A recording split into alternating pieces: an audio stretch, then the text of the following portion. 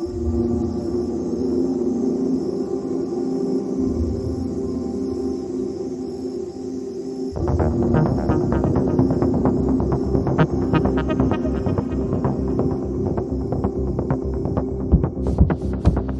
to Drinks with Defenders. I'm Addie Beplate. And I'm Kayla Murphy. We're two law school friends turned criminal defense attorneys turned podcast hosts. We're here in this space because we now work in separate offices and miss collaborating with each other. We've been talking about creating a podcast for years where we talk about the complexities of the criminal justice system, the aspects of it that we grapple with, and the importance of what we do. At the end of a long work week, we want to sit down, have a drink with each other, and talk about the rabbit holes of criminal defense, just like we always have. So let's get into it. Cheers!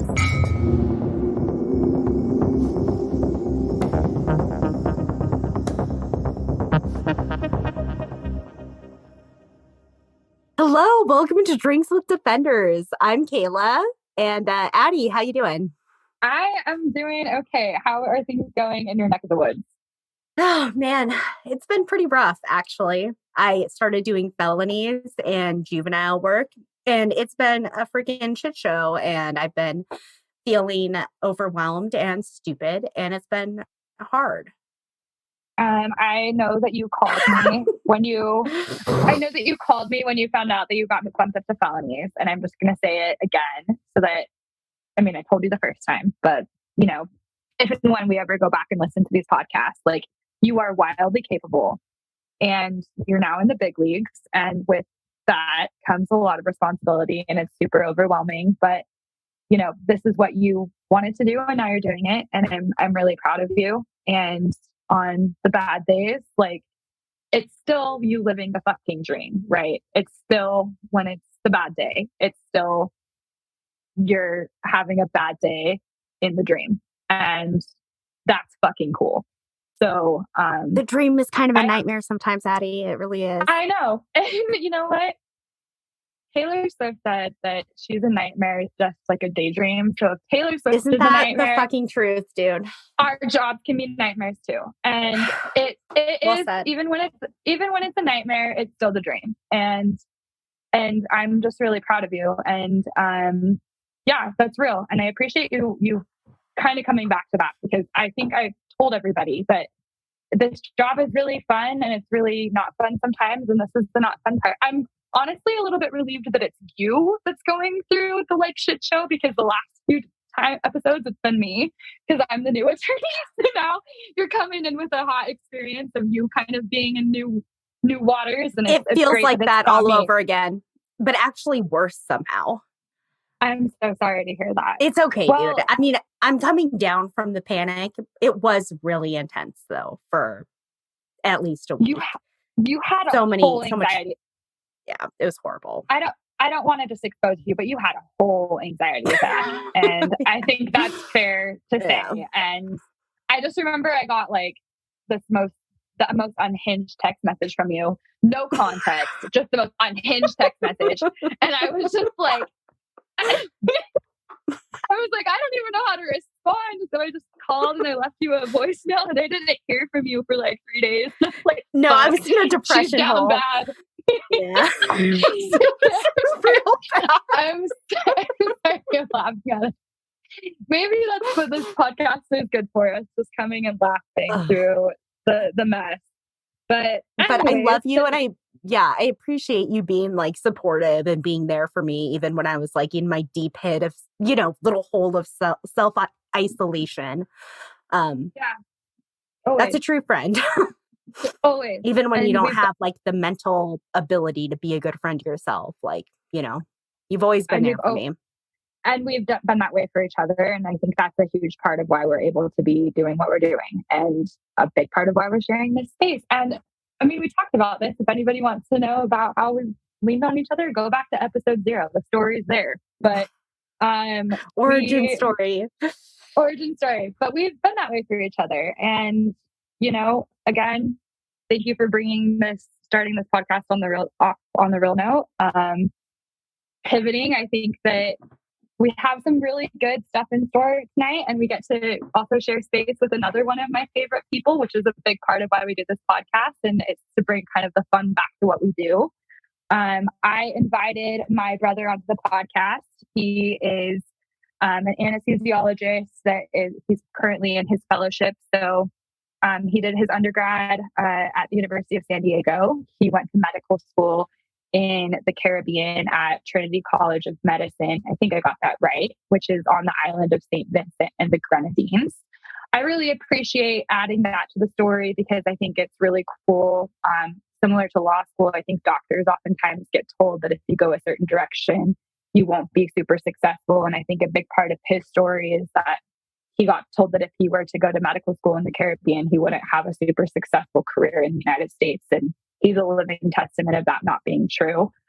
He landed a residency at Cook County in Chicago for anesthesia. Anesthesia is one of the hardest residencies to get. I'm really proud of him for becoming an anesthesiologist. And then also to just add to his whole, aspect of why he's so cool and why I appreciate him so much is that a couple years ago, I was in law school and it was the pandemic and I had a study room in the law school because I needed to get out of my house and I'm neurodivergent. So the law school allowed for me to have a study room at the law school to continue to study. And I was there and I was on the phone with my brother and he called me and was like talking about how he was having to make a decision what to do because his residency was going to be ending and he wasn't sure if he should just apply for jobs or if he should apply for a fellowship, which is like another year of school. And he was afraid that he wouldn't get a fellowship. And so I was in the middle of law school feeling like I was an absolute imposter, feeling like I wasn't good at it and having to give him the pep talk that I, similar to what I give you. And I was like, well, it's okay for somebody else to tell you no, but it's not really okay to tell yourself no, that you can't do something. So just try.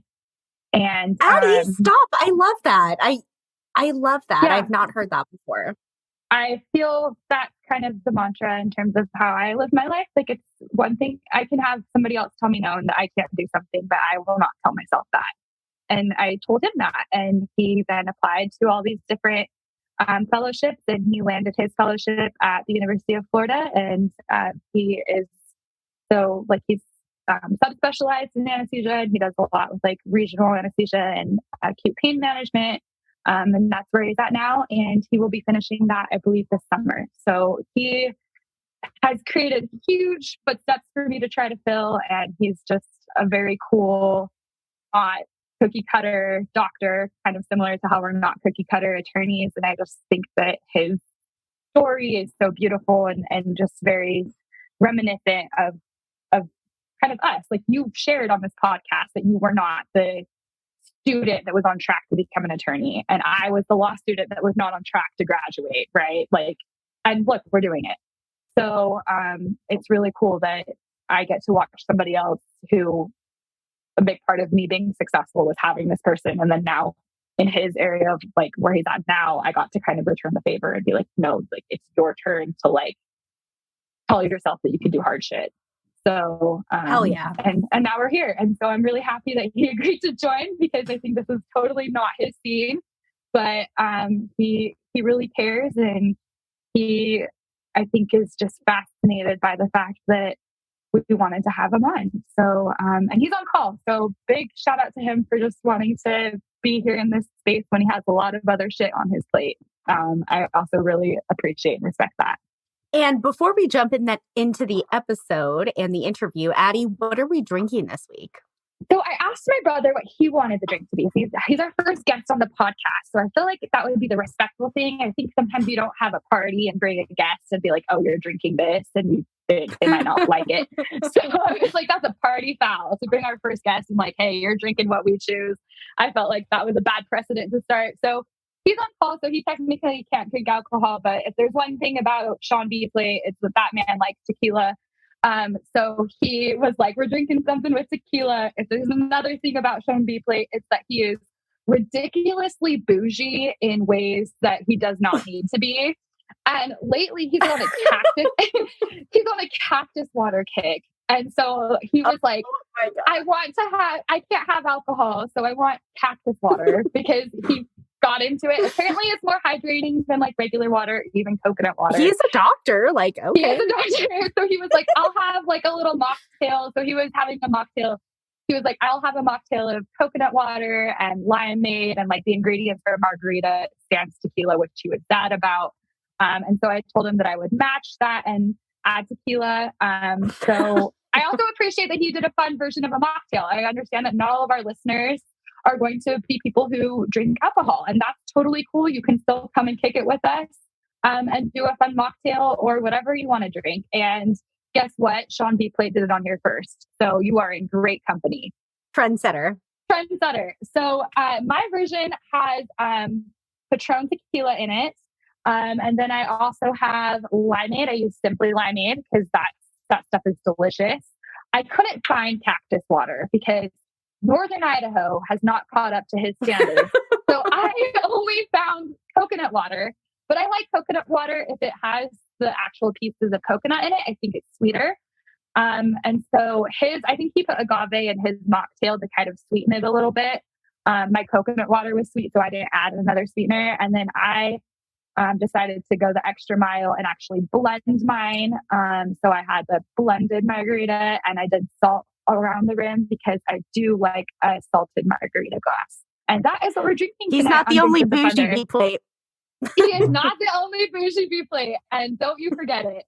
So, but hey, sometimes the extra touch on a cocktail can just make you feel better about elevated 100%. Yeah, exactly. And you feel like it's just a little self-care moment. Fuck yeah, I salted my glass because why not? So cheers. Incredible. To that. Cheers. All right, well, let's jump into the interview.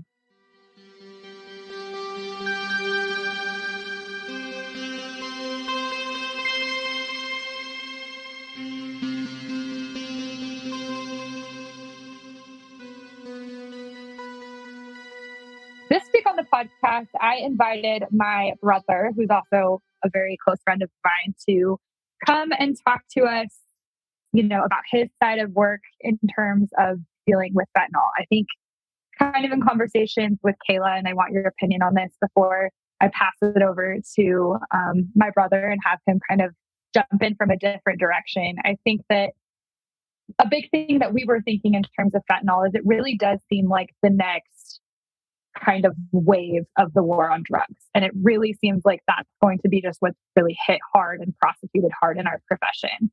And you and I both kind of came at it from the mindset of, I think people are a little bit alarmist. Fentanyl comes up and people get really scared. And we wanted to just kind of, to use your words back at you, Kayla, demystify that. And so I want your opinions on that before we turn it over. Yeah, I think that's exactly right. And I'm really excited to learn more about this from your brother, who you have spoken highly of for the last 6 years that I've known you. I feel like I know you, Sean, with like how he talks about you and how much he admires you. So, I mean, it really is an honor to meet you. Oh, thank you. So just jumping off here, fentanyl, I mean, my elementary understanding is that it is one of the leading causes of death for people under 40. I think I saw a statistic that it's killed somewhere around 450,000 Americans. Can you tell us a little bit more about fentanyl? Just like, what is it? So fentanyl is it's an opioid. So it's in the same class. And when I say opioid, I apologize. So with the asterisk of anytime that I realize that things that I talk about that things to me that seem very casual, like casual conversation that I have at work, that then also I realize that, when I, things outside of, when I'm at work and talking to people that aren't, work in a hospital every day. So that if I say anything that needs to be clarified, please let me know. Like I realize that even casual medical language is not always super well, and not everybody's casual conversation. So please, if if something doesn't make sense, or if I use a term or something, that please stop me and I'll explain what I mean. So, but it's by an opioid. It's in the same class of medication and drugs as other opioids. So things like oxycodone and OxyContin and morphine and hydromorphone. These are all opioids. They all work on the same kinds of receptors. All of them were derived from, some are naturally occurring opioids that have been synthesized from the same plants that produced opium, whereas some others are synthetic, meaning man-made, but they work on the same kinds of receptors. Does that make sense so far? Yes. Okay. Does our body produce opioids naturally at all, or do you just mean they're naturally occurring like in the world through like the opium plants? Yeah, naturally occurring in the world. Opiates are not something that our body makes and secretes. We have receptors for them, but it's not something that is made within the body. I was going to say we should probably back up and talk about why I asked you to come on this podcast and talk about fentanyl, because I didn't really know what fentanyl was. I'll tell this podcast, the first time I ever heard about fentanyl, our mom was freaking out about fentanyl because you're around it every single day. And mom was like freaking out about your exposure to fentanyl. And I think she had this idea that physicians were potentially abusing fentanyl. And I remember, and I want you to explain your background and your job. But I remember you were saying that you work with fentanyl every single day and you go to work and you have vials of it on you every single day. Yes. And I was just like, okay, contrast that from now how I'm hearing about fentanyl every single day in my work. Those are two very different things. And so I was kind of wanting you to lay some foundation in terms of just like explaining fentanyl's clinical use and purpose, and kind of your thoughts from an outside perspective, not in like the legal profession, but in a profession that really interacts with fentanyl, how you see this issue. Okay. So the reason why I've been asked to speak is I'm in the last year of my medical training. Last year I finished my anesthesiology residency, and I am doing an additional year of training.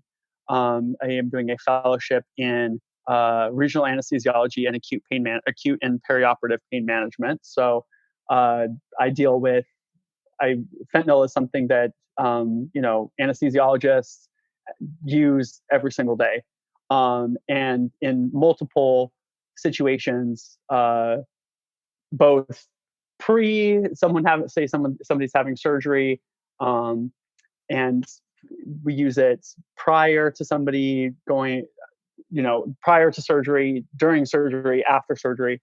And I can kind of go through my, maybe examples of how I use it. Probably I should maybe start with anesthesiologists we like to use medications that are rapid onset, short duration of action.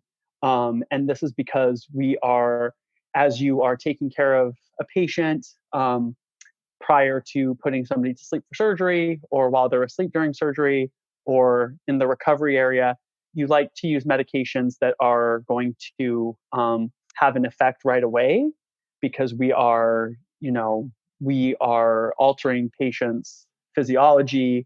We are wanting to treat pain and these kinds of things, in the moment. And we're not wanting to use medications that have a long-lasting effect.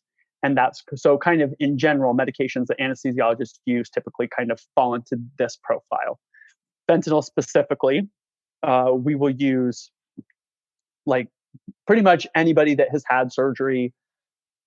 I mean, in the past, whenever, I forget when fentanyl was first, I would have to look and remind myself when fentanyl first was synthesized, like when it first became a medication that was, made.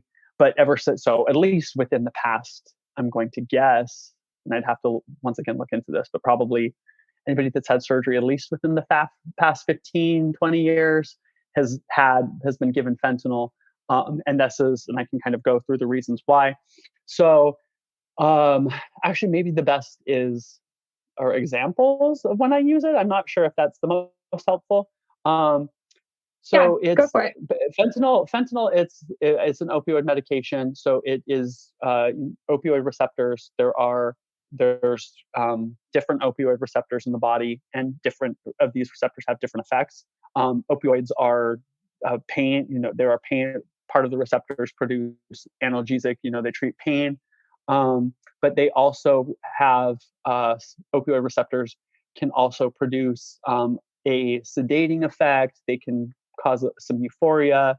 And then they also cause, the thing that's scary about them is that they can cause respiratory depression.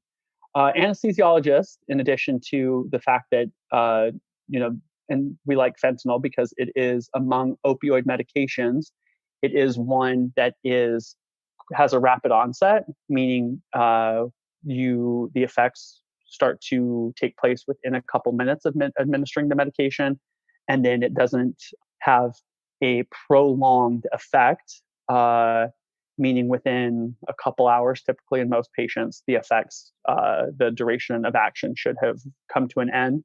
And fentanyl doesn't have some other medications in the same class as fentanyl will have, as they're metabolized and broken down, some other medications will have those products that result from it breaking down also have kind of the similar effects themselves, whereas fentanyl gets broken down and the products it gets broken down to don't have effects. Does that make sense? Kind of. Yeah. Okay. So like residual effects, you mean? Or no, meaning that that when the products of the medication, when it gets broken down, when I say that they have effects too, that those products then will have similar effects to the original drug.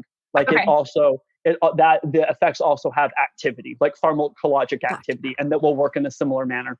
Whereas fentanyl gets broken down to, and its products don't work, that don't have the same results. Does that make sense now? Sorry. Yes. Okay. Totally. So it is used frequently in all kinds of surgeries, even for if you're not having a major surgery and you're having a procedure done that maybe a little bit of sedation is all that's needed, or even heavier sedation, but not general anesthesia. We use fentanyl frequently to produce some of the sedating effects. And it's often given in combination with other medications to kind of produce that amplify those effects. So I guess maybe some of the best examples, if I kind of go maybe in the course of my day as an anesthesiologist, like where I would use it might be the most helpful. Yeah. So right now, if I'm doing a procedure, so I will right now I do, and part of the fellowship that I'm in, we do a lot of procedures to help with pain after surgery.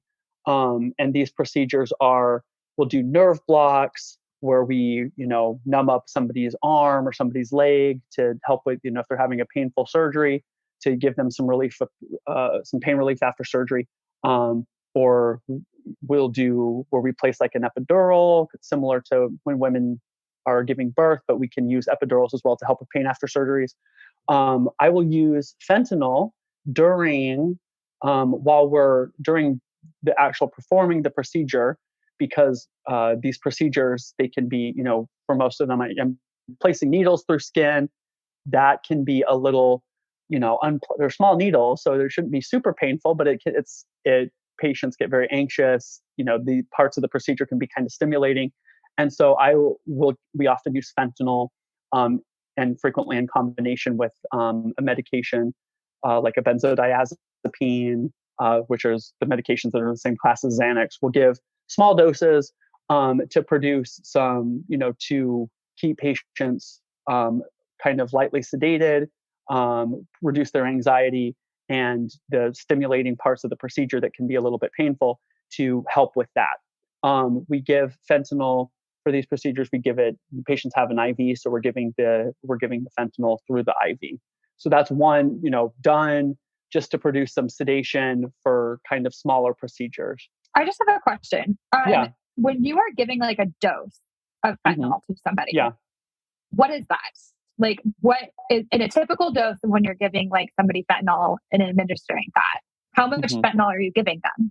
And how do Oh, you okay. come to that conclusion? Okay. So typically for what the kind of the indication what I was just mentioning, I'll probably start with maybe 25 or 50 micrograms of fentanyl, and give additional doses during the procedure in increments like that. Um, I determine how much to give somebody. Kind of, there's different things that you have to take into consideration. You take into consideration their age. Older patients are more sensitive to medications like this. You also take into consideration I ask my patients about their substance use history, how much alcohol they drank, any other recreational substances, and not from a judgment standpoint, but all of these affect both your pain tolerance as well as how tolerant you are to medications that can be, sedating. And so that gets factored in as well.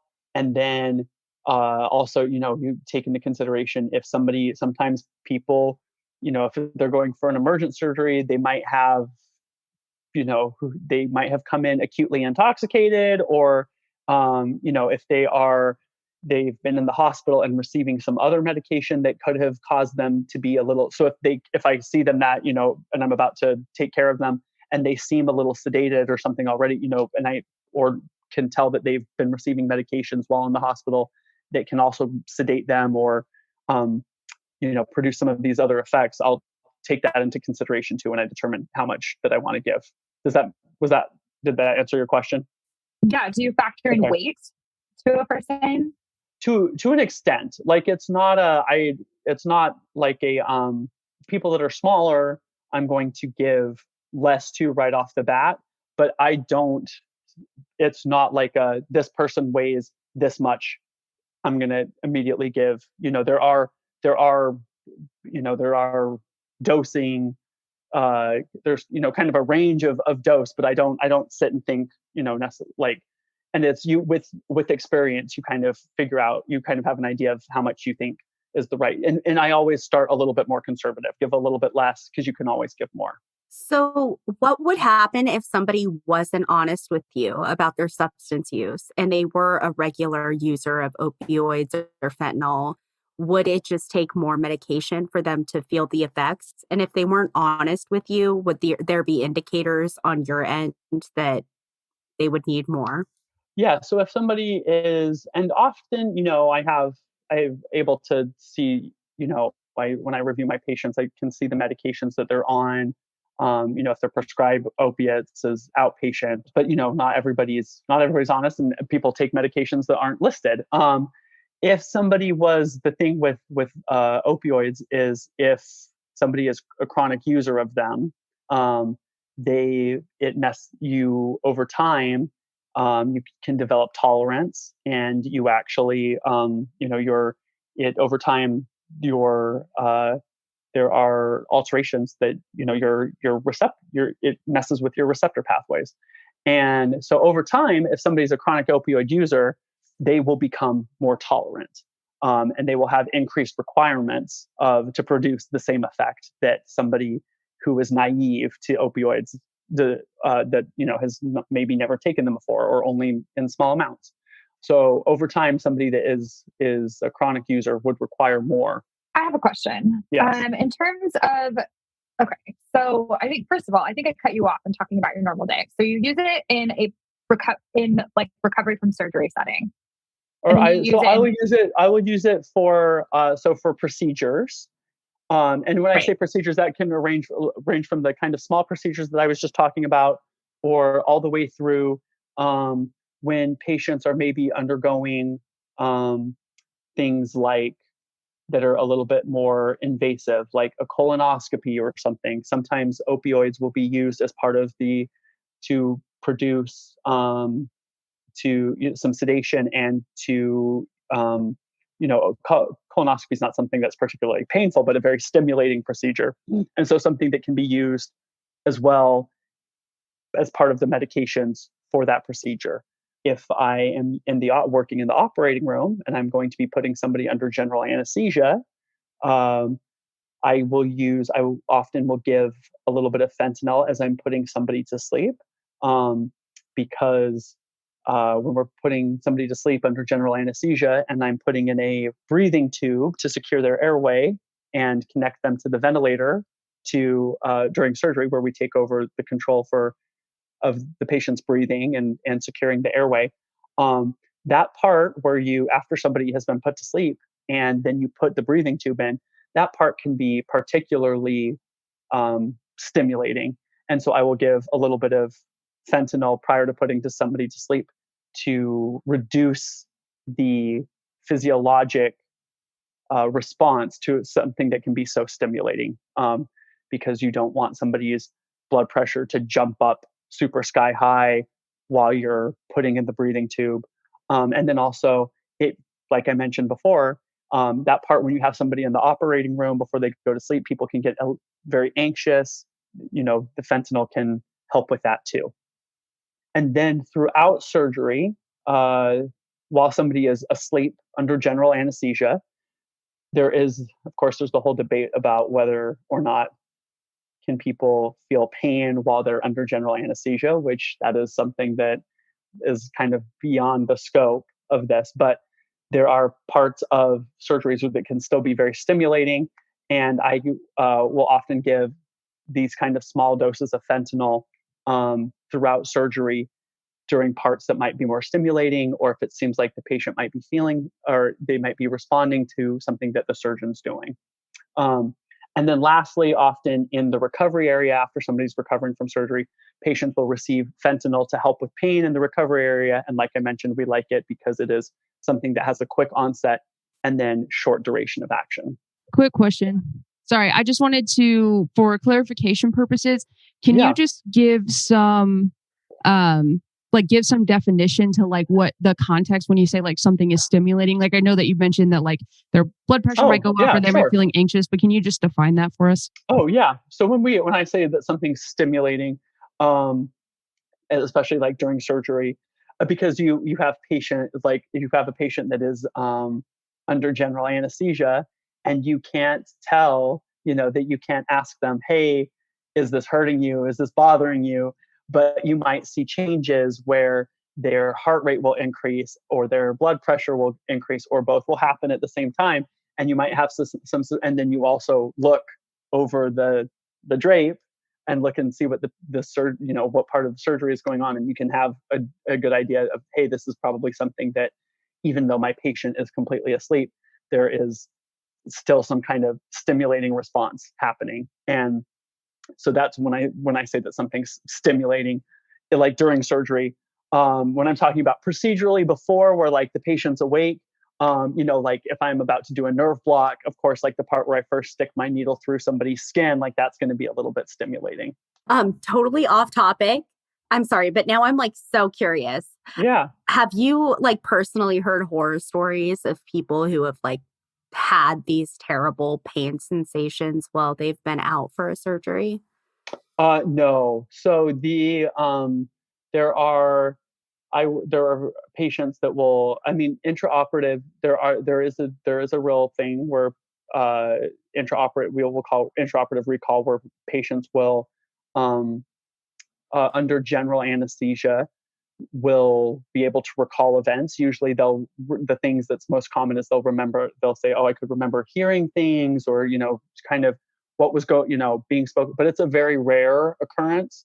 And there's a couple kinds of surgeries that often occurs more during, and that's often like, maybe like if somebody's has been in a traumatic accident or something and is having an emergency surgery, because oftentimes in these kinds of surgeries, there are situations where it might be general anesthesia causes responses that causes like your blood vessels to dilate, and it in itself can cause while you're most people under general anesthesia, their blood pressure is going to come down. Surgeries that already predispose people to having their blood pressure being really low, like a big traumatic surgery where they might have bled a bunch or something like that.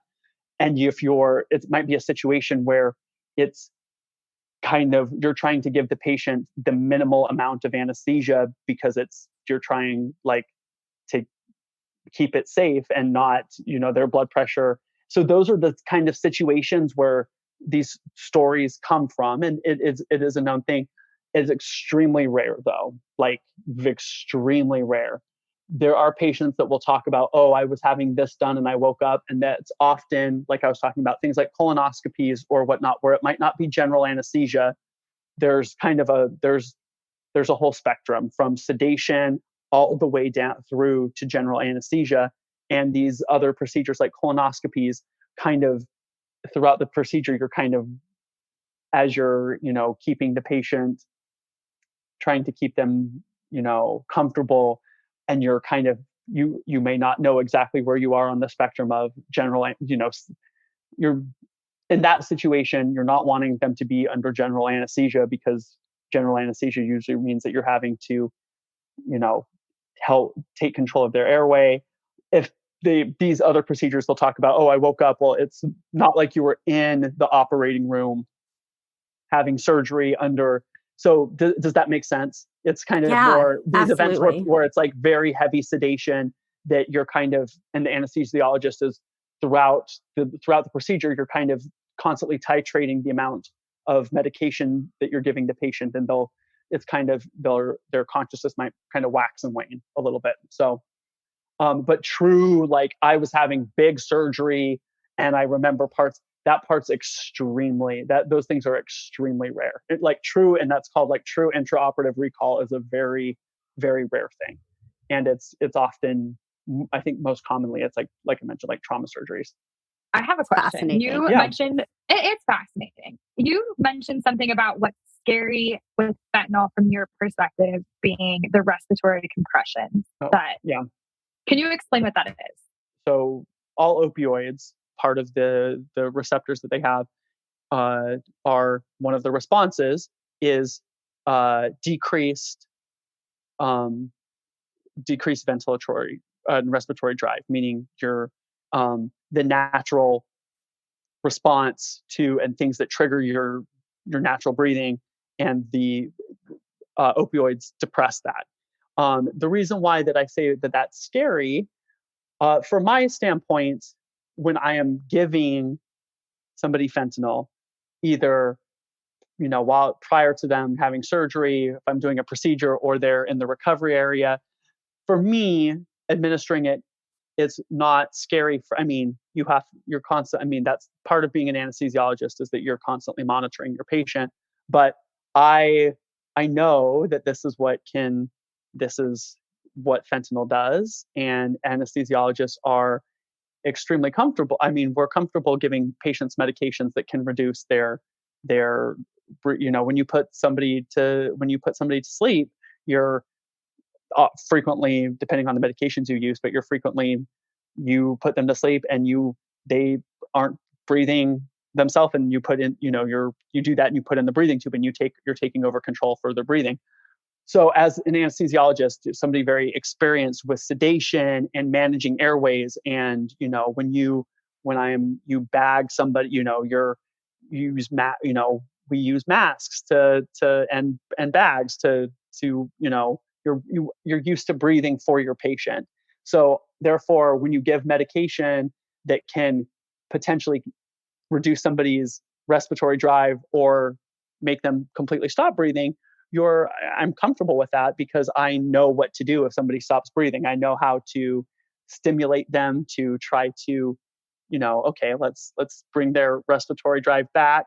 You know how to manage their airway, and then you also know, when you need to take over their airway, put in the breathing tube and breathe for the patient. So why I say it's scary is that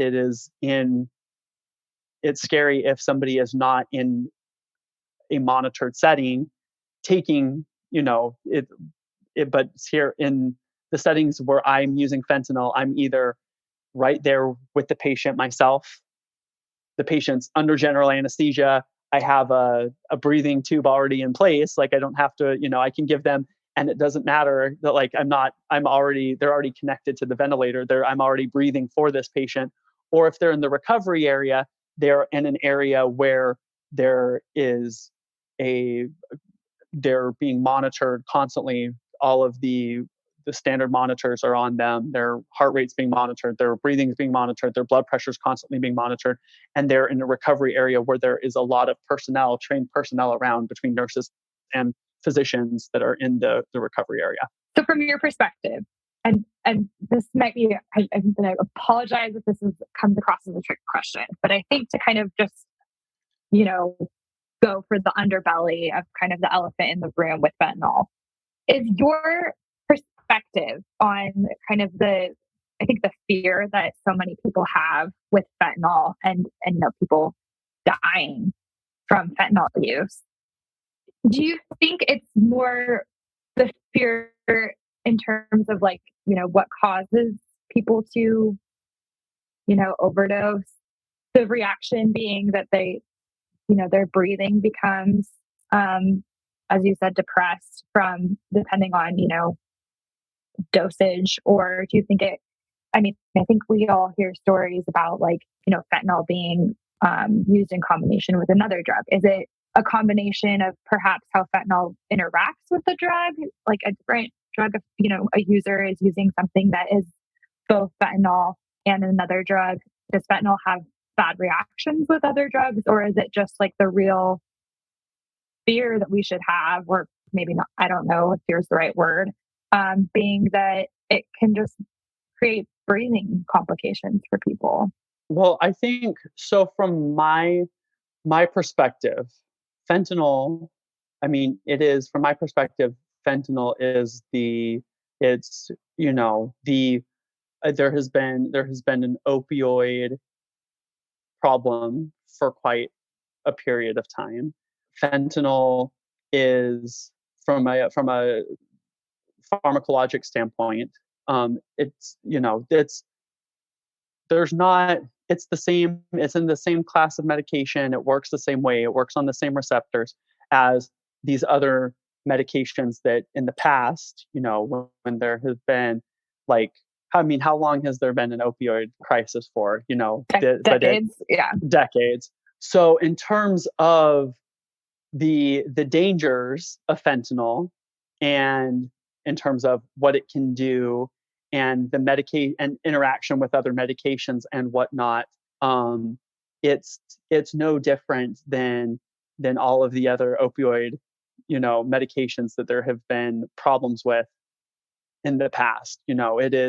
It works the same way. So do you think that then it becomes an issue of circulation, just that it's more accessible, or what's your take? I think that there has been a little bit more. I think, like you mentioned, that there's kind of an alarmist tone right now, and I'm not downplaying the because I know it's a problem, but it's the same kind of medication. I think the reason why that has kind of received so much, it's not a medication that is as prescribed as other medications. Like people don't have surgery and get prescribed a short, little course of fentanyl to go home with, whereas other opioids, things like, it's a lot more common for people as outpatients to have prescriptions for oxycodone and yes, more, morphine, things like that. Fentanyl, there are a couple of indications, like patches that people will wear kind of long term to give them where it's, and some chronic pain applications like that. But fentanyl is largely used inpatient, given IV, whereas it's not prescribed, it's not. So I think that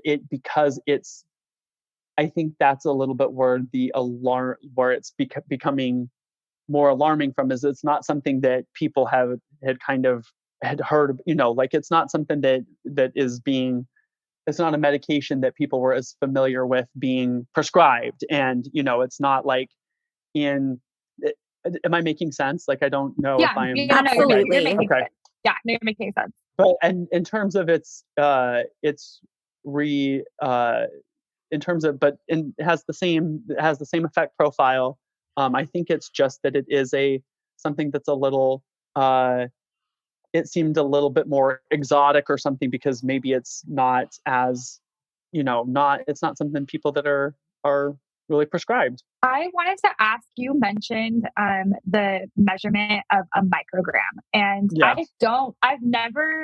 I don't know what a microgram is. I'm sure it's like a small version of like a milligram, but we live in the United States and we weren't taught a lot of the conversions in terms of measurement. Like I think anytime I have to cook something and I have to do like an ounce to like pound conversion or whatever, I freak out a little bit. But in terms of a microgram, can you just like give us what that looks like in terms of if I were looking at a microgram of something? Oh, how big is that? Oh, okay. So where I have the fentanyl that I have gotten used to, both where I did my my training and where I'm, both places that I've done my training so far.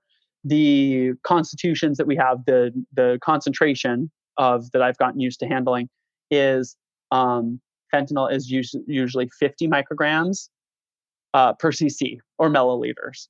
So I'm sure everybody is familiar with what a syringe looks like, and how much if you think of like a 1 milliliter, what does that make sense? Like a syringe with like that I feel like people probably have an idea for what that looks like 1 milliliter. Okay, so typically the concentrations that I have gotten used to, and I know that different countries and different places will have different dilutions and whatnot, but I'm used to it being 50 micrograms per 1 cc or per 1 milliliter. Because I'm assuming that you have to make that like what did you just say, like the dilute yourself. If you're putting in 50 micrograms of something, what does like a microgram, like is it at the size of like a grain of salt? Is it as big as like rice? So the fentanyl, so all of the fentanyl everywhere that all of my exposure to it, it hasn't come anywhere that has been to.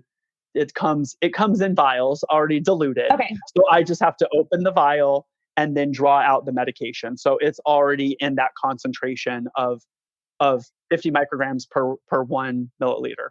But do you know if you were to look at a microgram, how big that is? Because I keep hearing like there's so many. I'm trying to find the quote.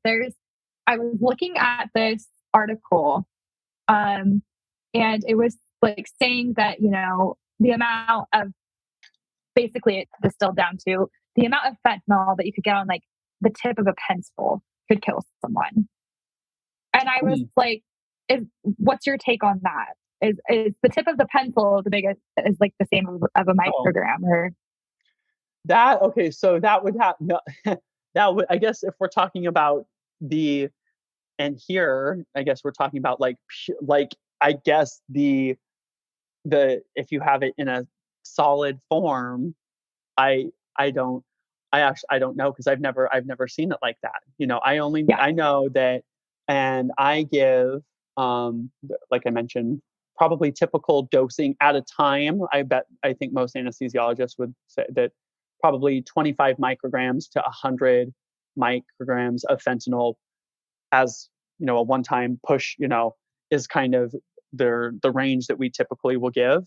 What you're talking about there, I don't know, because I've never seen fentanyl in this, I'm assuming in a different form, solid powder form that is coming from, and if that's probably, I don't know if that is when they're talking about what that's being on, people have access to on the streets, that's something that is then being supposed to be diluted, or so I don't know if you gave me that small amount of whatever that they're describing here and said how many micrograms of fentanyl is this, I would not be able to tell you, because it's only I've only ever seen it in these these diluted vials that they have in the hospital, and you just open it and then you draw up and there's no dilution.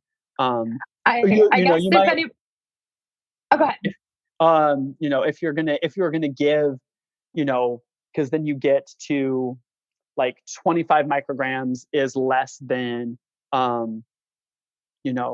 typically what I was talking about would be like 25 micrograms would be like half a milliliter. And if you were going to give even less than that, so you wanted to give maybe 5 or 10, which in like pediatrics, where you're giving very small doses of medications like this, then you might want to dilute it even a little bit further, because then you're getting to such a small volume, and it's kind of hard to push really small volumes of medications through IVs. So then you might dilute it a little bit further. But was that helpful? Yeah, that was really helpful. Okay. I hope people walk away. I was going to say, I hope people walk away from just your response to my question being like, see, doctors don't know everything too. Like you thank you for making us all seem like it's okay for us to not know answers to questions that we have, because you came to you answered a question and you gave us some good stuff that I didn't know, but you also didn't know what a microgram is. So that makes me feel better about myself. And I just like when they're, they're talking about okay, this is if you could tell me, if you could say hey, if you could say here, whatever, I'm assuming they're talking about a powder. I'm assuming they're talking about it being in a powder there. Yeah. And if you said okay, this powder is this quantity, I could tell you, okay, is that a lot of fentanyl or is that a little bit? But I've never seen it like that. It doesn't come to us like that. It comes to us in exactly. I found the quote. The quote was really interesting. It's a direct quote, or it's from this article that I'm going to talk about later. Oh.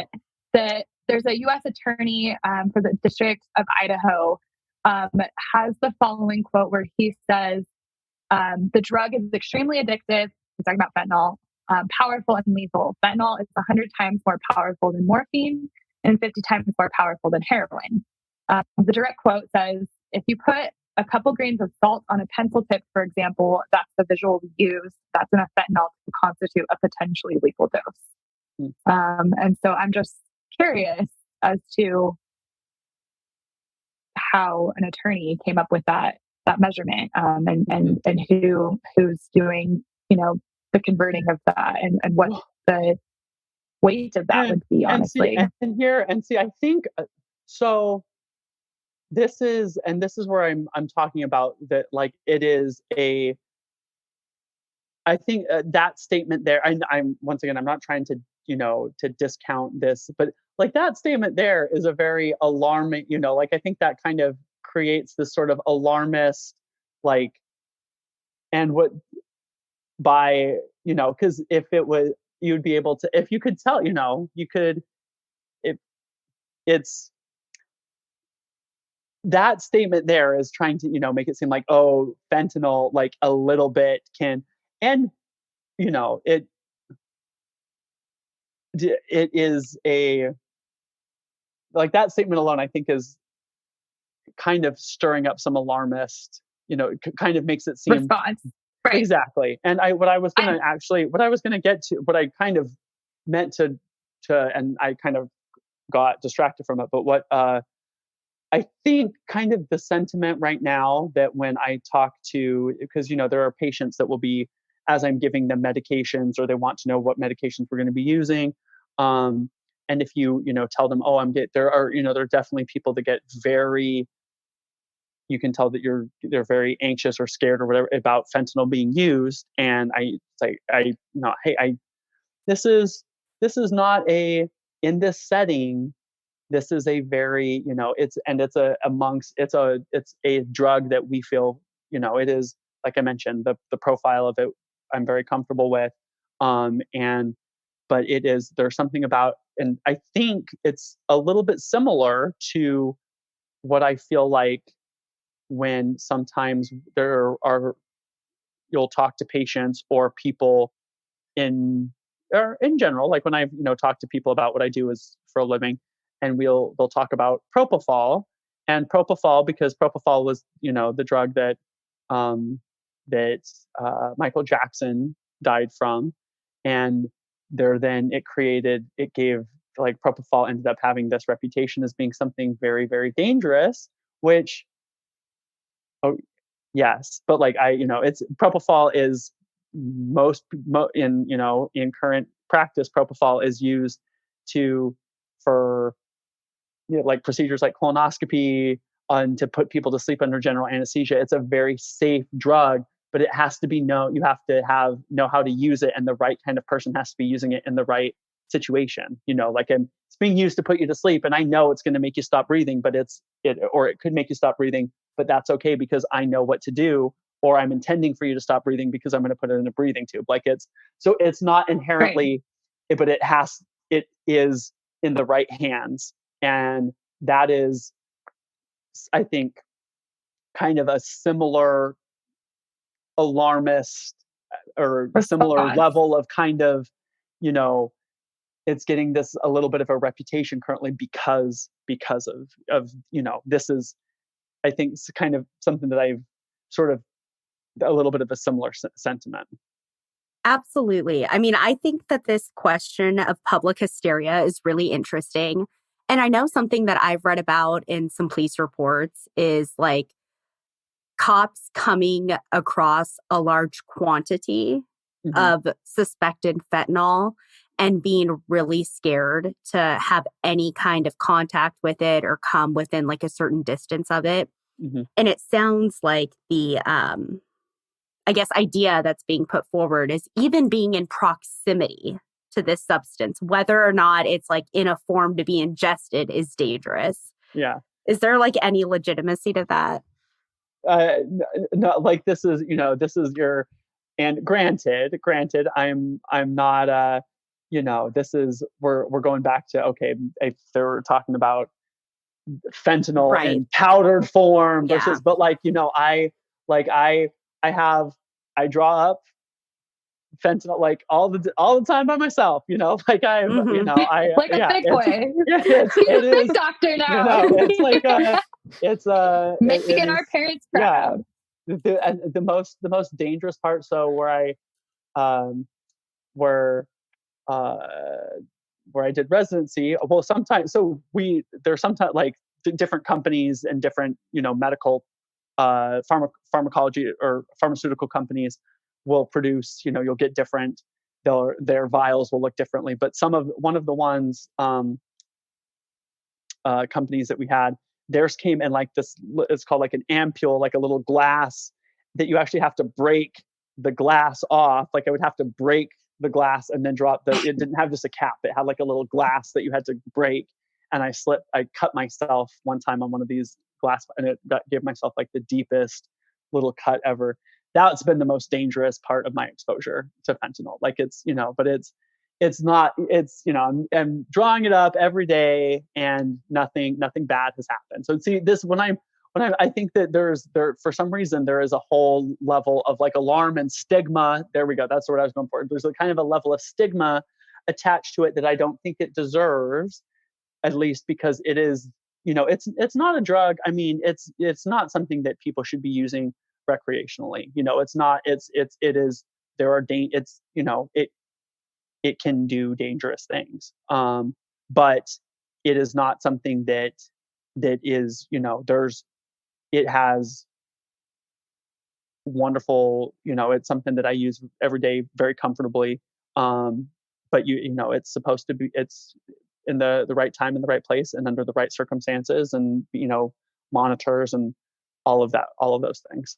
I think it's really important to point out that back to my original kind of why I was interested in doing this, just the entire episode on this, is that it really is waves.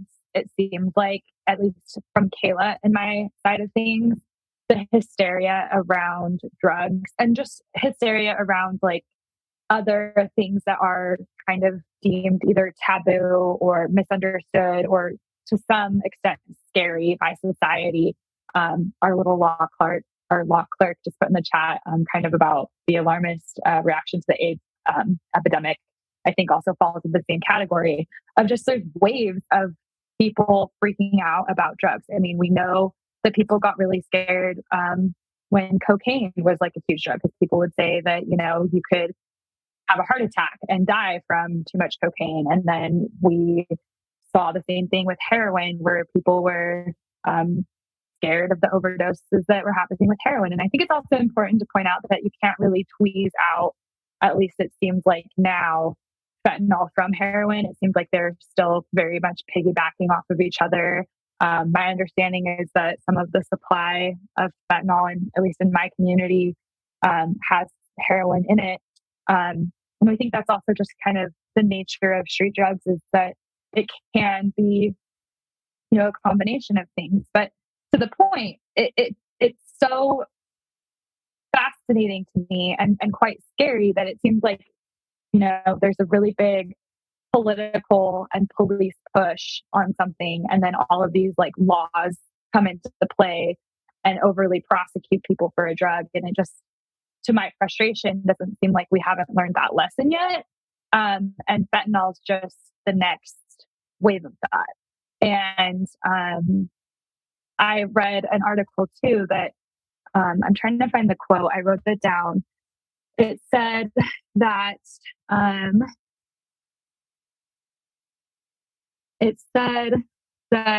fentanyl is going to be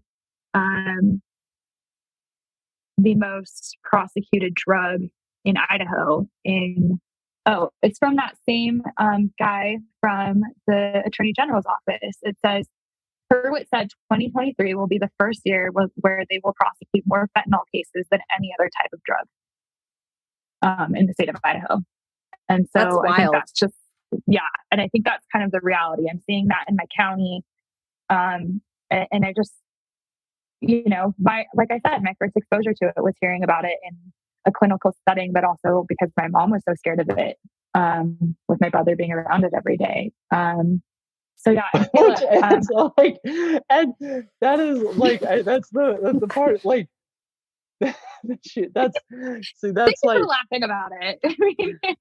exactly, like it's and it is it's like, that's like, I think it's just like, it's the lack of it's that there's, I think that there, exactly kind of what you're talking about earlier. I think that there's like a shroud of like mystery or something around fentanyl, as opposed to other opioids that people have like that there have been household names and whatnot. And maybe it's because a lot of them sound like each other. They have kind of similar names, and you can where fentanyl like sounds like something, I don't know, very different or exotic or whatnot. But it's not, it's another opioid at the end of the day. It is. I appreciate you saying that. Yeah. I want to pivot real quick. Kayla, I took the liberty of kind of following suit on something you typically do. And I wanted to pull some statistics from both of our states. And then I also pulled something from Florida, because that's where Sean practices. So I kind of wanted to add a little bit of like the hometown stake that I think you oftentimes try to bring on this podcast. And so I found that because I was wanting to kind of ground the conversation also back to the things that we know in terms of the effect that they're having in our community. Because I think that is important. I mean, it's important to talk about it in the clinical setting, but it's also really important to ground the conversation as to like why this is a concern. So I found the report from the most recent one I could find in Idaho. Was from 2021. And we know that fentanyl at least seems to be more heavily circulating in our communities. But the report from 2021 from Get Healthy Idaho, which is a division of the Idaho Department of Health and Wellness, they published data that indicated that 152 deaths were related to fentanyl overdose in 2021. Washington's a little bit more interesting. Of course, we know that Washington not only handles drugs differently than Idaho does, but Washington also has a really interesting approach to drug use, with kind of Seattle taking a different approach to how they care for their community. So I found a report that was specific for King County, which is the greater Seattle area. And I found this language to be very interesting. It says, since 2019, the number of overdose deaths has grown on an exponential scale, jumping by 20% between 2019 and 2020, and jumping by an additional 39% between 2020 and 2021. By October 15th, 2022, 710 overdose deaths had occurred in King County, surpassing the total number of overdose deaths that occurred in 2021. The recent surge in overdose deaths is driven by fentanyl, which is involved in 70% of all confirmed overdose deaths that have occurred to date in 2022. And then the thing that I appreciated even more about this report was that it included some language in terms of populations in the community that seem to be disproportionately hit hard within King County. And the first point is people experiencing an unhoused status or people living in a temporary or supportive housing. Second category is American Indian and Alaskan Native, non-Hispanic, and Black non-Hispanic residents. And then communities located in Seattle and South King County. So then it kind of broke down the geographical area of what parts of King County had been hit hard too, which is interesting because I'm not sure if it's people that are from those communities or if that is where the tragedy occurred. But I just found it to be interesting that they included language about demographics down to not only location, but also some important inclusions, I think, in terms of communities of color that are disproportionately impacted by fentanyl exposure. So I found that to be interesting. And so I wanted to take that approach to just include kind of what's going on in our communities. I know, Kayla, you're in Central Washington, so that's not technically your home, but no, it's like the opposite of Seattle. They're exactly. Exactly. No, absolutely not.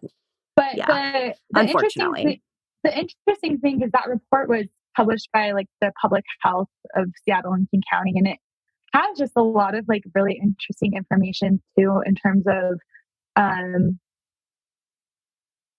other stuff that was included in their research, which is just very interesting. And then Sean to Florida, and it was funny because I shouldn't say funny, that's the wrong word.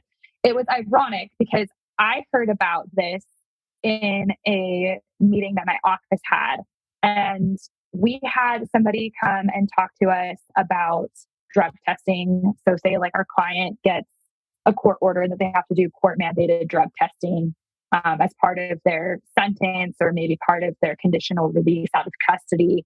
And I want to talk about that. But before I get there, the person who came and spoke to us from the testing clinic, she mentioned...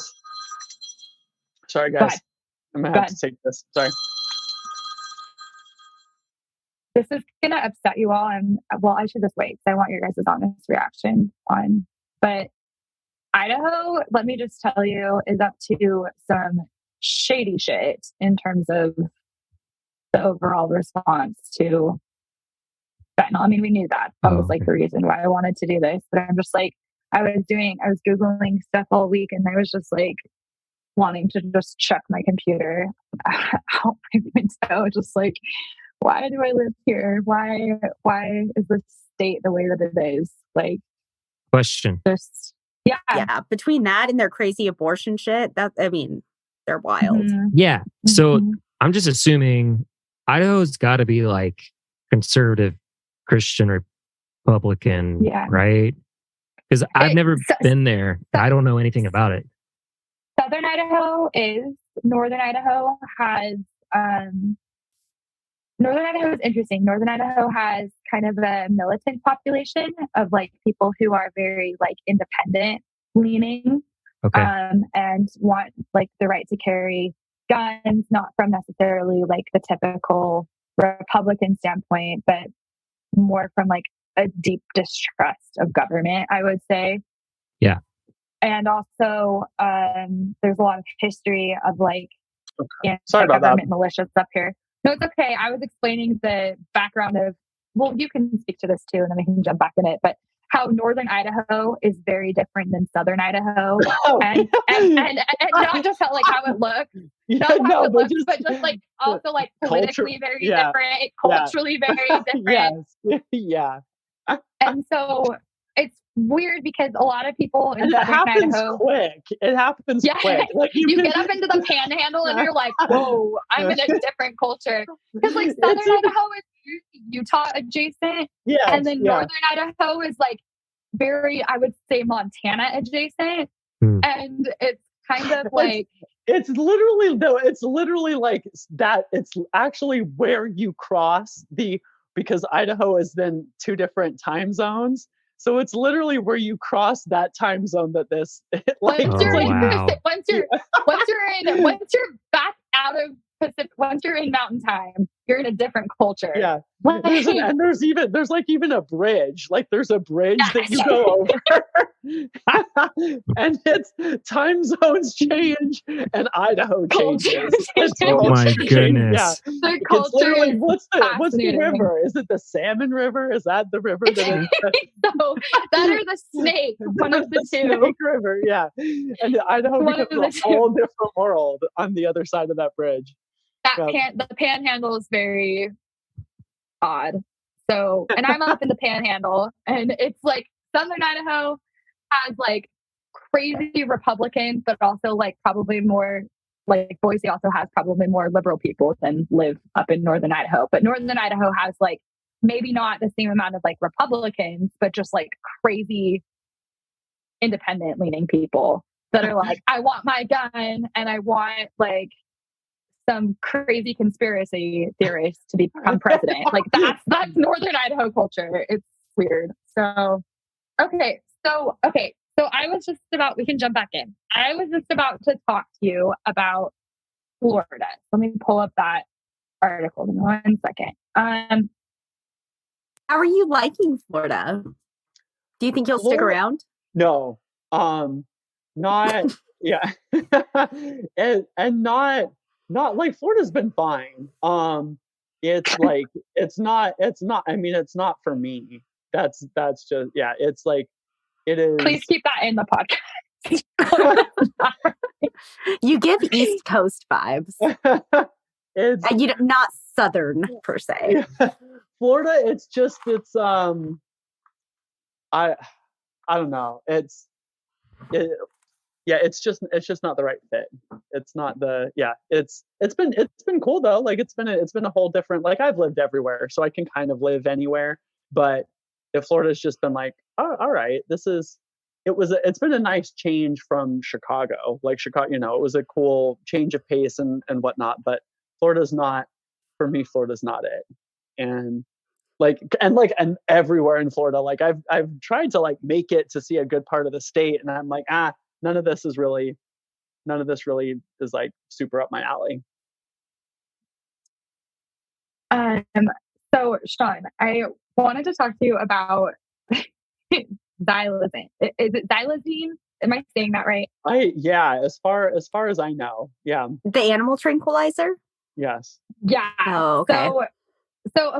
So here's the article I found. Attorney General Ashley Moody is warning Floridians. Why is that so hard to say? Floridians about the flesh-eating zombie drug, xylazine, also known as tranq. Xylazine is a Schedule I controlled substance in Florida. And the Attorney General goes on to say, Floridians need to be aware that xylazine is making one of the deadliest drugs in history, fentanyl even deadlier. Xylazine is a sedative and therefore resistant to standard opioid reversal treatments such as Narcan. There has never been a more dangerous time to take a chance on any illicit substance, and this drug is only making the problem worse, ... She goes on, but then it says, according to the DEA, xylazine and fentanyl mixtures have been seized in 48 states, including Florida. DEA lab system reports show that in 2022, approximately 23% of fentanyl powder and 7% of fentanyl pills seized contained xylazine. People who use xylazine may develop severe wounds, including necrosis, the rotting of human tissue that may lead to amputation. According to a recent news report, at least 236 Floridians died last year with xylazine in their system. So, first of all, I think it's important to know, like, I don't understand why. So it makes sense because Narcan is only used for opioids, right? Mm-hmm. So of course it wouldn't have an effect on that. But I guess my question is like, what do you know about xylazine? And what happens if people like, what do you know about xylazine? And what happens if people develop the complications from using xylazine? Like, how do they get treated for these wounds that they can get? Oh, okay. So I had to look because xylazine's not used as far. Xylazine, I had to look up what it was and look up the mechanism of action because I didn't know. It's not used in, as far at least in America, not used in humans. So it's a veterinary drug. It's a veterinary sedative. The reason why it's so, I mean, aside from what we mentioned, though, the reason why it's dangerous in combination with any medication that in of itself can cause sedation, respiratory depression, that type of stuff. When you put it with another medication that can cause some of the same things, they can potentiate the effects of one another, and you get kind of this cumulative effect that would be that's even more so than if you had each of the substance individual, them putting them together, and then the fact that they're both there creates an even bit. So this is it, even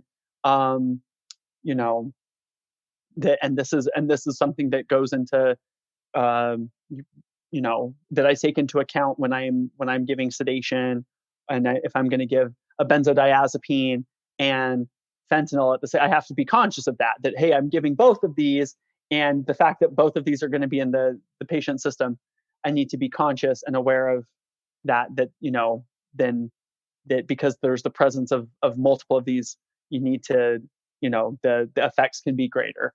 The fact that xylazine is a animal tranquilizer, like a sedative, heavy animal sedative, tranquilizer, whatever you want to call it, that can cause all of those things in addition to a strong opioid like fentanyl that's why it's such a dangerous combination together. Does that make sense? Yeah. Yeah. That makes sense to me.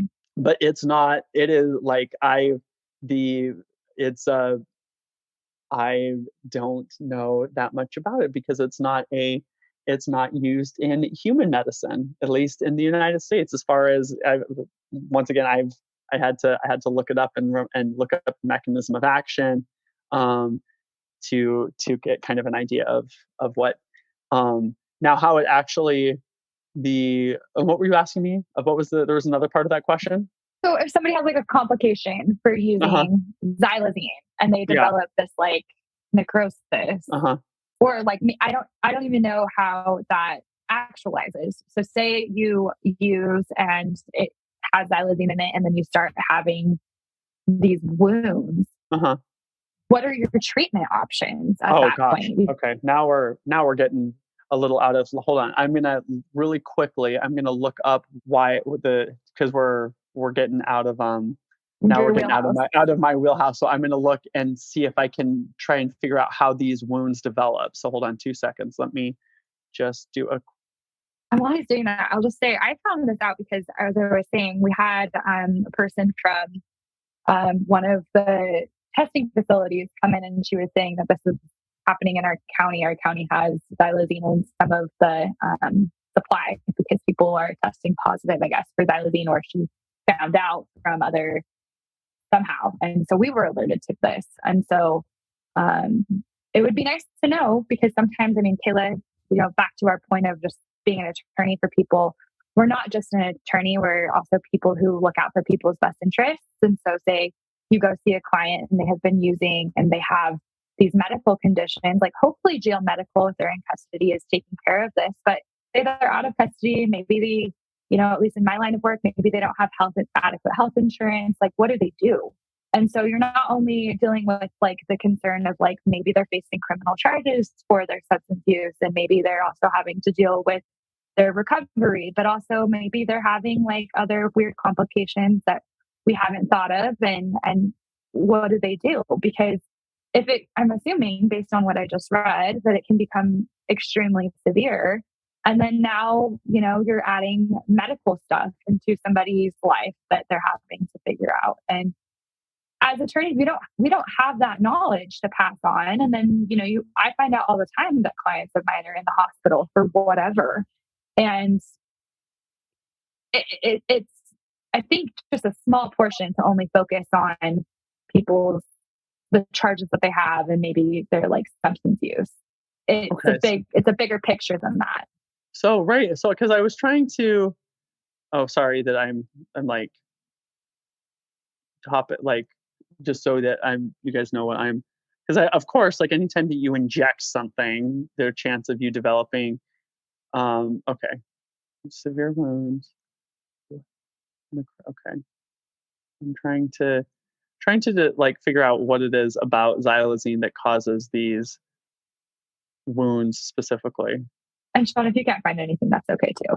But I just was curious as to what's going, like, it's wild, but that's the reaction that people can have from it. And it looks like one of the reasons why that this is that it'll be added because it can potentiate the high, like from fentanyl.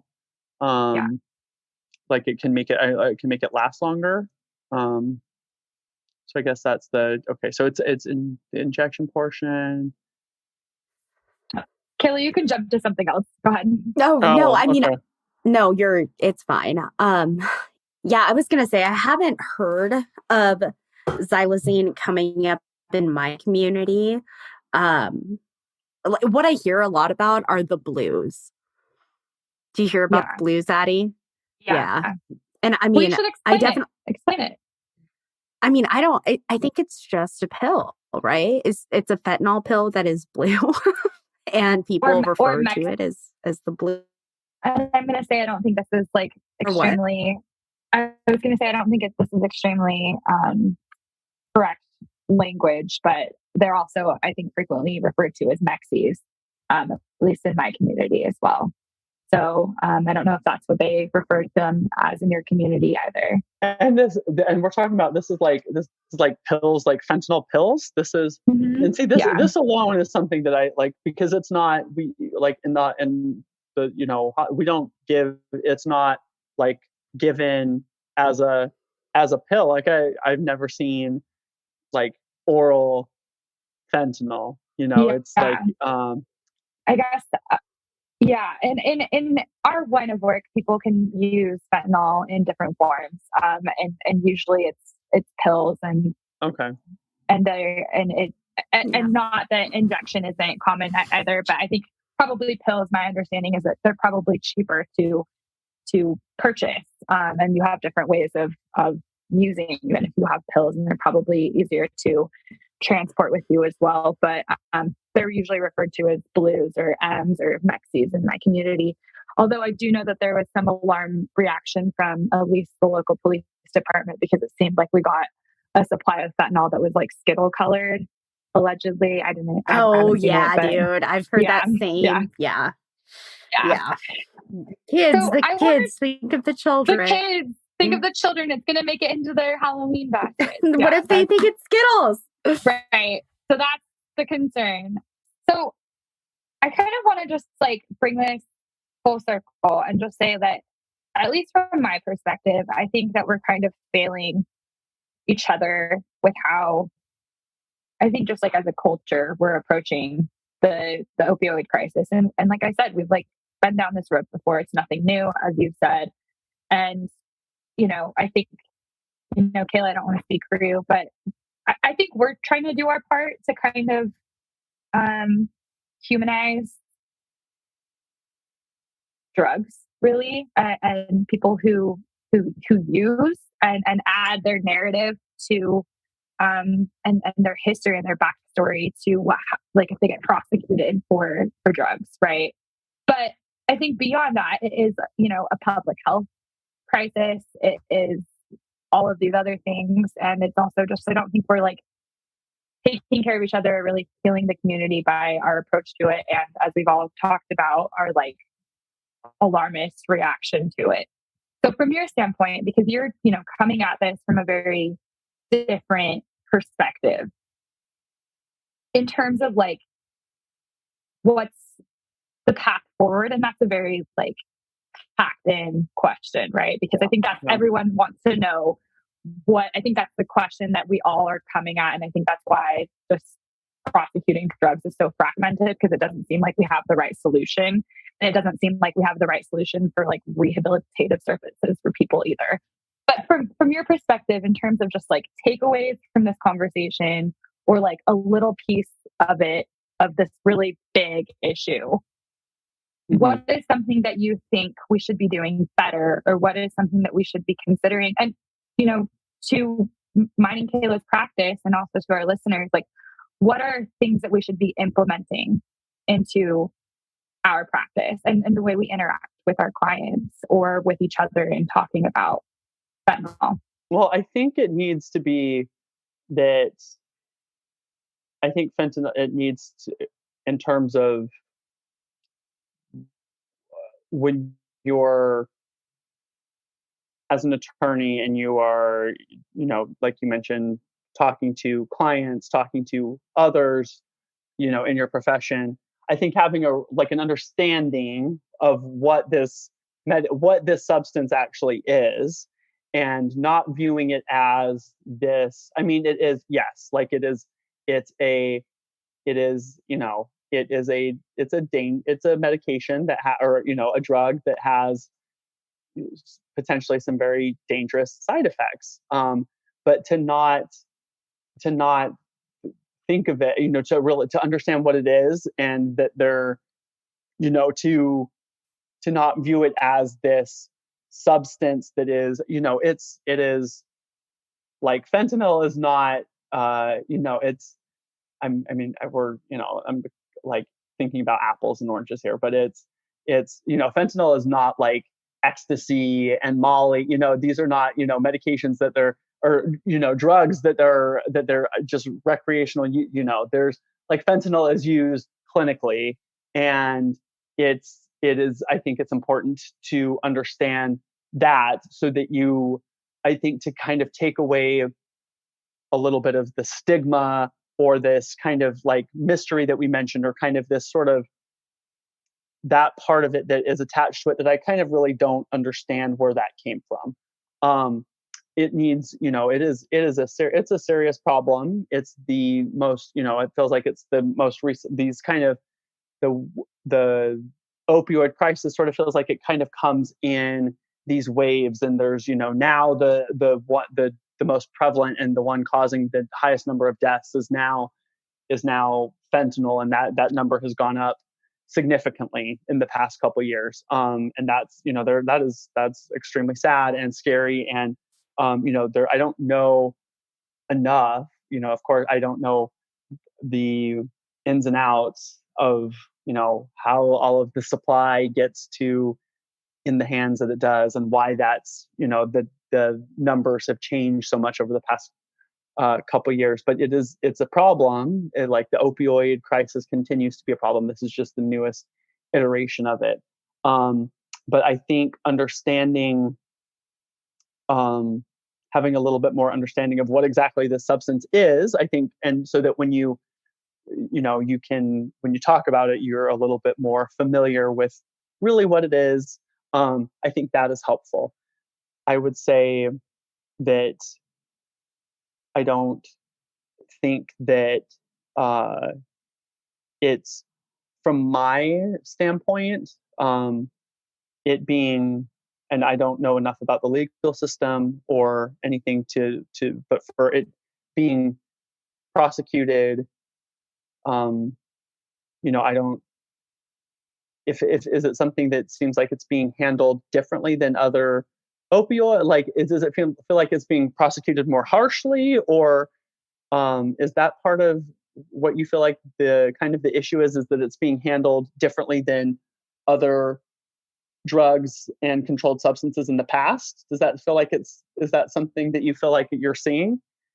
I think my concern is that anytime there's fentanyl involved in the case, they use the fact that there's this alarmist response to fentanyl to justify higher sentencing recommendations. Okay. And that scares me. And I don't think that or just, different requirements so that people don't just get standard drug testing, that they have to have drug testing that includes the fentanyl panel, which then that's a whole different thing. So okay. It seems like fentanyl is getting very separated. And I think it's just because there's a lot of political power behind pushback on fentanyl at the moment. Yeah. And that from where in my experience and my use with it, it is something that we've talked about extensively. Like it's a medication that I not in the forms that people are, I'm not giving fentanyl pills to people and whatnot. I'm, when I give it, I'm giving intravenous injections, in a very controlled, monitored atmosphere. But so from my standpoint, I don't, it's like, why is this being viewed as such as kind of separate entity? And it's, and that part's confusing. Like, I don't understand that. I don't know enough about the legal side of it, but from, for me, I don't understand, why would we view this any differently than, any other opioid? Why is fentanyl thought about any differently than oxycodone, OxyContin, heroin, all of those, that type of stuff. I don't understand it being thought about as such a specific kind of separate thing. And I don't, and I think if everybody just kind of understood a little bit more about it, and that might kind of take away some of that part. And I also think that, it would, any time that somebody, like we talked about, if I have a patient that wants to talk about it, they find out that, oh, I might give them fentanyl, or they ask me, are you going to give me fentanyl? I do my best to try to educate them in a way of, making them feel like, hey, this is something that does, this is not to be taken lightly. And it's, it is, of course, something that is, has the potential to be very dangerous. But it's, it is this kind of, it's almost like they are afraid that I'm going to give them a little dose of fentanyl, and it's going to be a lethal thing. And it's, and that part, when I kind of find that people having that reaction or that sentiment, like, I know that it's kind of made me seem like, oh, there's something else going on out there that's kind of different.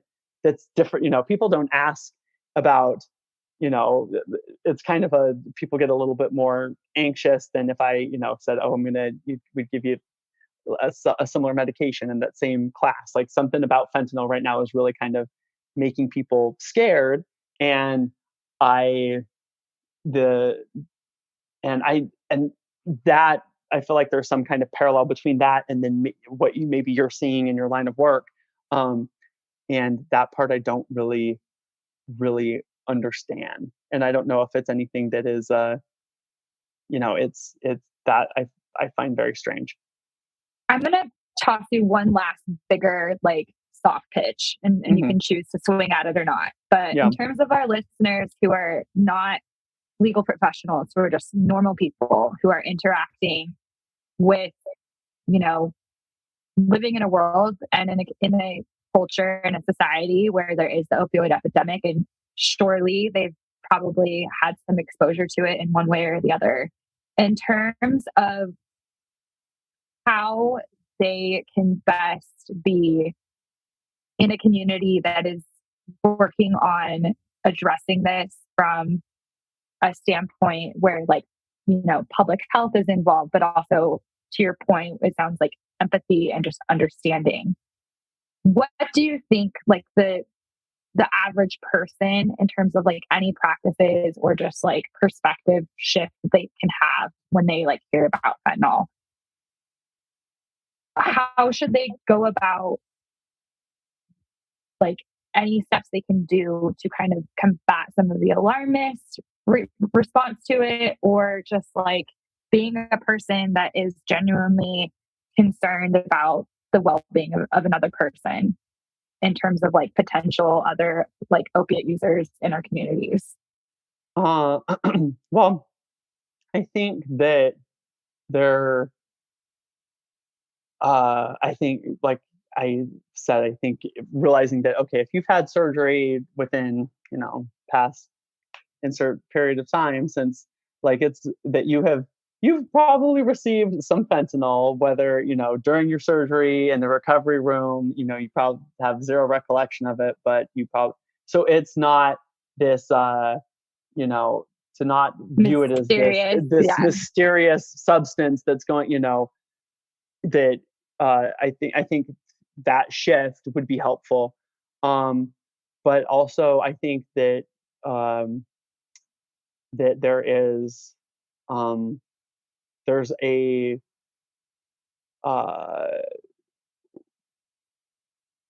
with these, opioids they definitely treat pain and they do that job very well, but there is a whole host of other complications or other, effects that they come with.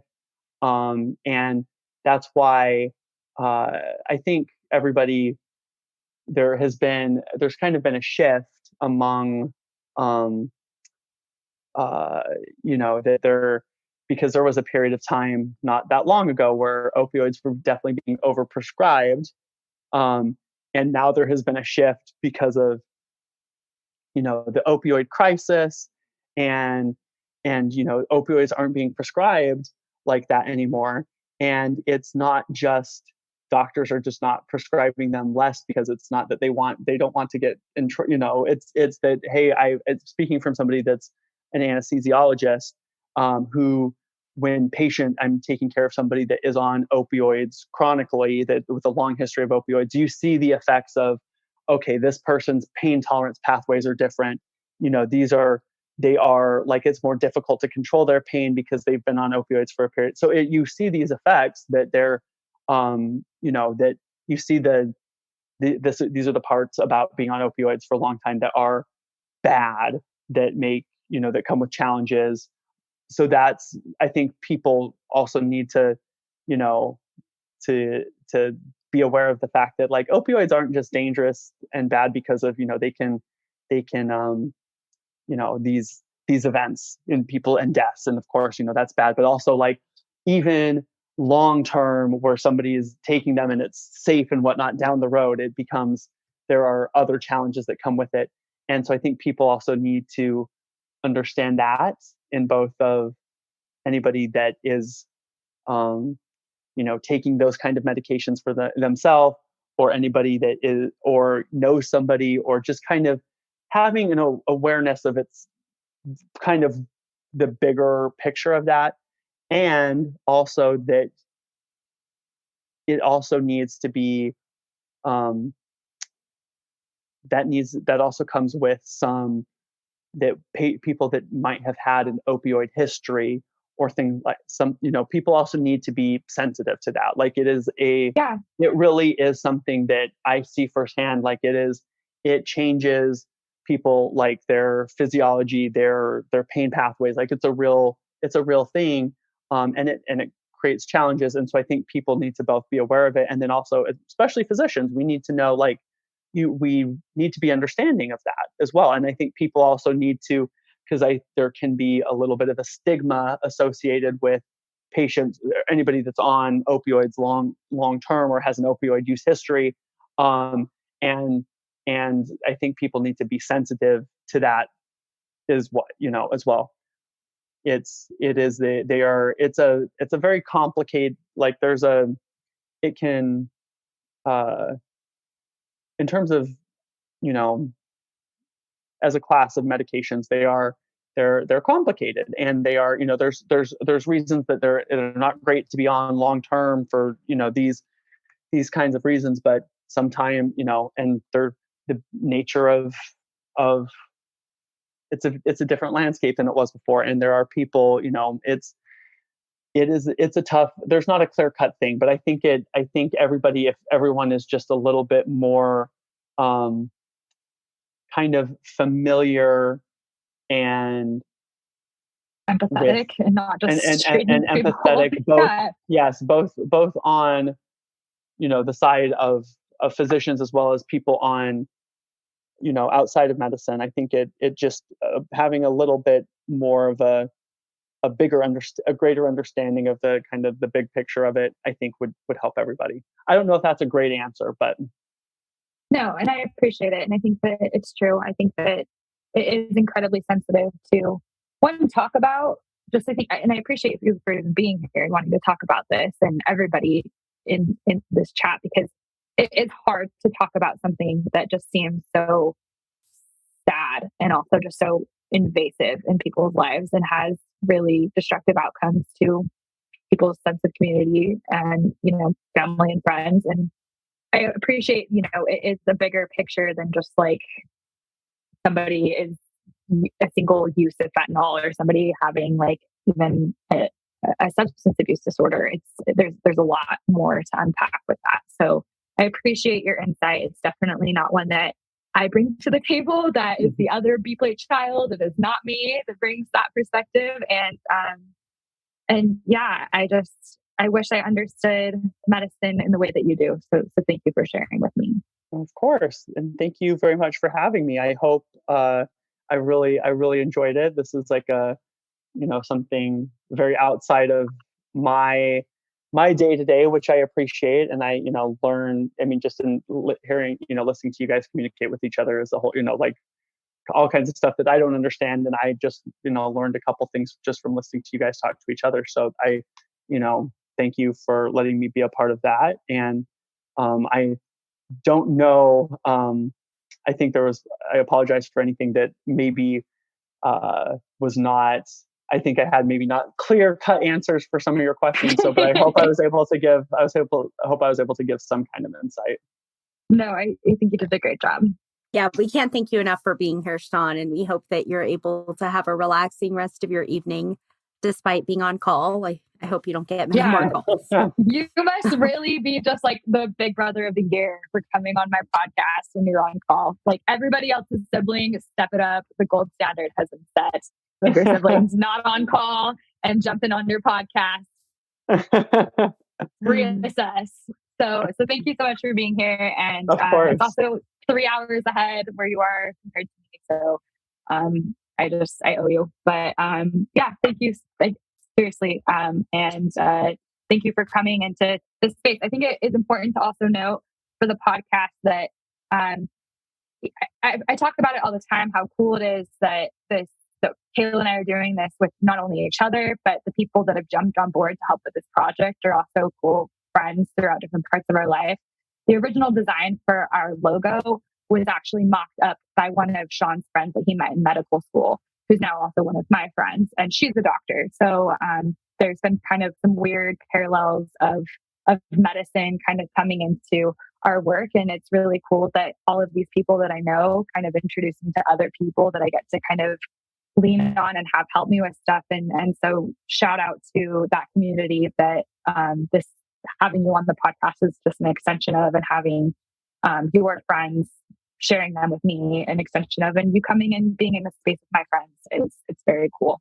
So thank you. Of course. Thanks for having me, and have a good rest of your evening. And thanks for being patient while I had to hop off a few times. I appreciate it. Thanks, Sean. Yeah. Good night, Sean. You're welcome. Okay. Take care, everybody. Bye. Bye. We absolutely loved having Addie's brother, Dr. Sean, on the podcast. He taught us so much, and we look forward to you joining us next week. So thank you so much. And cheers to that. Cheers.